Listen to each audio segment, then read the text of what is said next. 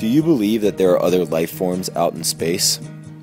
Or do you believe we merely exist by pure chance, alone in our universe? That is the question you must ask yourself when deciding whether you think the search for extraterrestrials is necessary, or whether you believe the search is pointless and wasteful.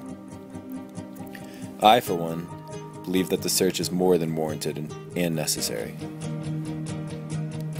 We have been searching as early as 1896, when Nikola Tesla stated he believed he could use the radio to interact with Martians. But it has only been about 40 years that we have had an understanding of the technology enough to give it an honest effort. Do we give up after only 40 years? Just a brief flicker of time when compared to our time of existence? What if we had not pushed our boundaries when it was believed the world was flat? Where would we be? Is the fact that we have not had a true encounter yet enough to convince you we should stop looking? Is giving up a responsible action for us as humans to take?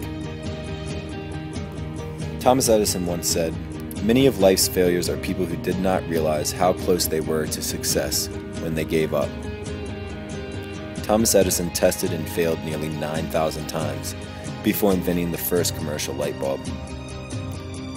Michael Jordan got cut from his high school basketball team. What if he had stopped? Abe Lincoln lost 9 different elections in his career before becoming arguably the most important president in our nation's history. What if defeat had stopped him? It is incredible how life works on our planet. All of the proteins and acids needed, how random, lucky, and unlikely it is to have all these parts and ingredients fall into place perfectly to support life on Earth. All of it creating a world that could crumble if one essential element disappeared. This is indisputably true. Some say that this is why we should stop searching for aliens.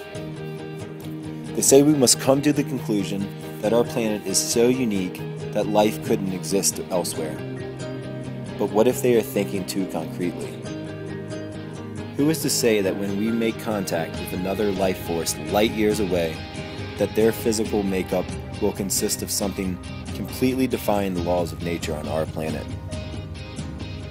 Who could know whether or not the components of life needed on this planet are the only combination that could support life? So I ask again, are we alone? We have always been an explorative species, and it has benefited us as a whole in the past. Nothing has been more beneficial to human progression than trade between people around the different regions of our planet. In some cases, solely encountering another civilization unexpectedly could propel a people hundreds of years into the future by ways of exchange of thinking, tools, and discoveries. These encounters happened between people whose distance apart could be traveled today in a measly 4 hours by plane.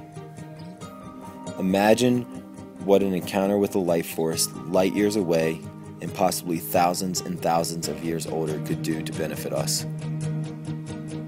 What have they learned that we haven't?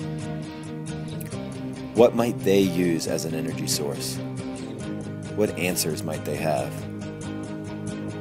Yes, the task is daunting, but the possibility of contact is so exciting.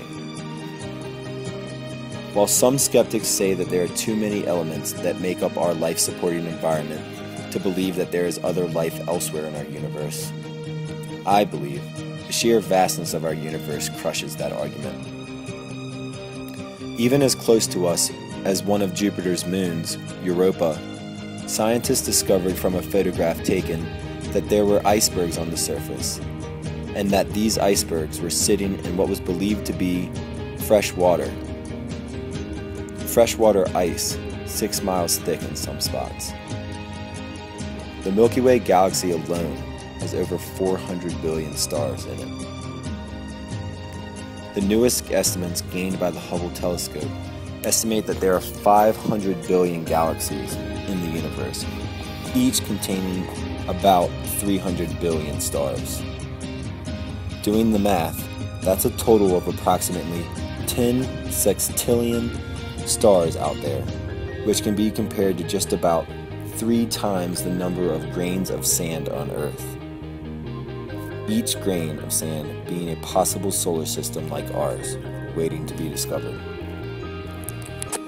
There are answers out there to questions we don't even know exist yet. Why would we stop searching now? We've only just begun.